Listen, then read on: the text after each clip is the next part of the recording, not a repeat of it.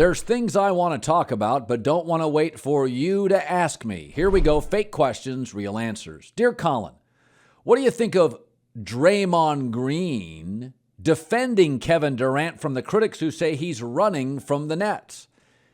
Well, he is running from the Nets. I think where people have a problem is here. It's not mobility which drives people crazy. We understand that because most Americans have changed jobs. What bothers fans, where the disconnect lies, is that Kevin Durant just signed a 4-year deal and is walking out, and the business / the Brooklyn Nets are pretty screwed. People resent that. Not only Brooklyn fans, but most Americans could not do that. They would get sued. They'd be unable to do that. I don't think Americans resent players making a lot of money. I don't think players resent mobility. But walking out with 4 years left on a contract doesn't sit well, frankly, with me. I don't like players walking out 4 years early. But then again, I'm defending KD because he should have never left Golden State in the first place. Dear Colin, Zion Williamson signs with the Pelicans, and he said his real goal is to win a championship. Do you believe him? Well, no. By signing the most money available, his real goal is to get financially comfortable. And that's where I'll defend Zion Williamson. Zion Williamson signed a contract that's going to guarantee him about $240 million. If he were to get injured just one more time, and let's talk about maybe an injury that takes out half the season, not the entire season, half the season, he would never get a big guaranteed contract for the rest of his career. I understand players taking that first contract. The way the NBA CBA works, the players can make their most money re-signing with the team that drafted them. I did think Zion had a chance to be a historical outlier because of his shoe deal, that he didn't really fit in a football city and he'd move on. But once he had multiple injuries, Zion has to sign with the Pelicans. He is a nasty knee sprain from not being able to accumulate generational wealth. In this case, the kid is right. It's not about championships today. It's about getting that first massive deal that changes your life and everybody in your family's life. Dear Colin, did you see Aaron Rodgers' new tattoo? The internet is buzzing about it. What did you make of it? Well, it's cryptic. We're not sure what it is or what Aaron's trying to say.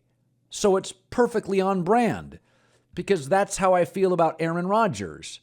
He talks cryptically and he's calculated and he's passive aggressive. Listen, Aaron is a guy that likes to say things and leave us all hanging, right? Like he's got the magic key to unlock the answer box.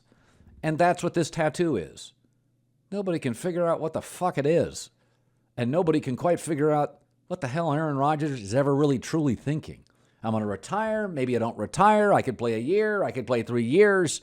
That tattoo is the most on-brand tattoo. Aaron is in a constant race to show you how unique and different he is.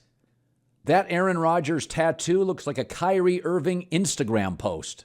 Dear Colin, do you think Baker Mayfield, now that he's with lousy Carolina, will stop being a hot-button topic? Baker Mayfield was never a hot-button topic except on my show. Russell Westbrook's really not that much of a hot-button topic, other than maybe my show and Skip Bayless's show. Listen, Baker Mayfield was a reach, but 90% of the people that cover the NFL and that cover college football thought Baker was going to be a huge hit. I was the outlier. He looked small, unathletic, too snarky, cocky. I just didn't think he had number one pick stuff.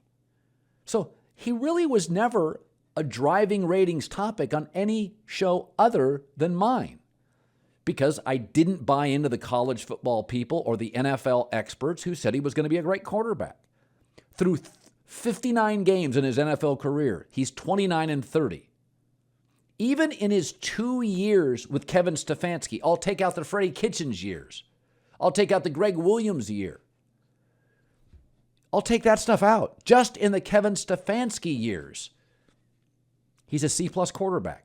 And that's with the best offensive line in the NFL in Cleveland the last 2 years. Dear Colin, more rumors about the changing landscape in college football.